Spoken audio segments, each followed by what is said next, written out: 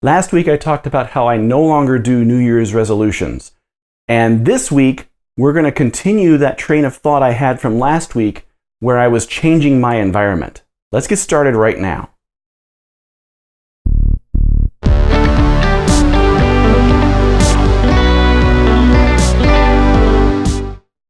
Thank you so much for coming back and watching another episode this week.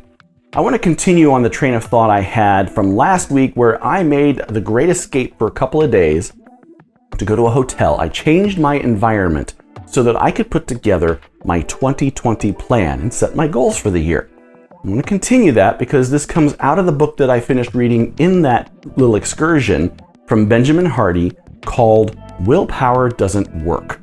And to continue in that thought, I want to focus on the environment around us. Whenever I was depressed as a child, I remember growing up in the Monterey area, and during that time there, I remember fog, grayness. I went back a few years ago actually to visit, and the fog and the grayness was still there. It's a beautiful place. I loved growing up there, but the problem was that the gray and the dreariness that I felt reflected from the feeling of my surrounding environment. So whenever I see gray skies, drizzle, clouds, it immediately takes me back to the feelings of being depressed. So what do? I gotta change my environment as much as I can. Sometimes on those days I'll close the blinds or I'll see if I can go somewhere else. But for the most part, I know that my environment matters for my depression. I know it makes a difference. I find that changing that up will actually help to lift my spirits. You ever notice the feeling you get when your house may be dirty and suddenly you clean it and you feel so much better about it? Well, that's a big change of environment. In fact, right now, this past weekend, my kids have had a big project. They worked with me on some of it and I'm letting them drive it themselves, but they are cleaning the house, changing the environment so that we can actually have a much happier environment and not be so dragged down by the mess and such that we have. We're getting rid of old things. In fact, that's going to lead me into the first discussion.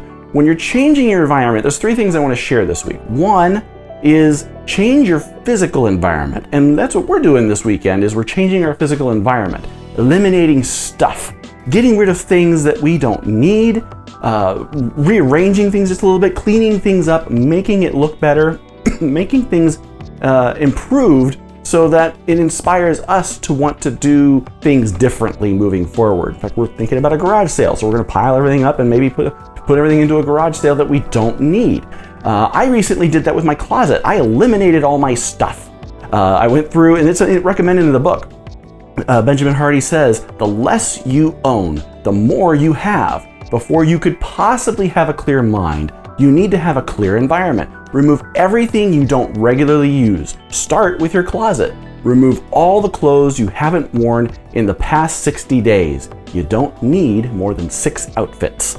And I went through my closet and I eliminated as much as I could that I didn't need. I had a hard time parting with a few things, but anyway, that was one of the first things I did at the beginning of the year. The second thing I want to talk about eliminating is things in your mental environment or distractions. And for me, I know one of my distractions is my phone, my cell phone. It is such a huge distraction sometimes. But with my job, I have to have my phone with me 24/7. I'm on call all the time. So I have to have my phone. So it's kind of a catch-22. It is. So what I have done is I have actually created a plan for this month to break the habit of checking my phone for personal emails, for social media, and for anything of a personal nature news that I'm interested in before at least 8 a.m.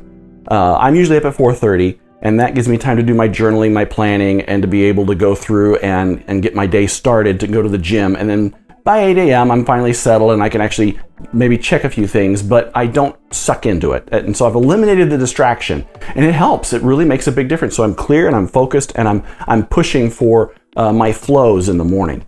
The last thing that I want to talk about is changing your social environment. And sometimes you find that there are people that you have in your life that may drag you down or that might not support you in the way that you want.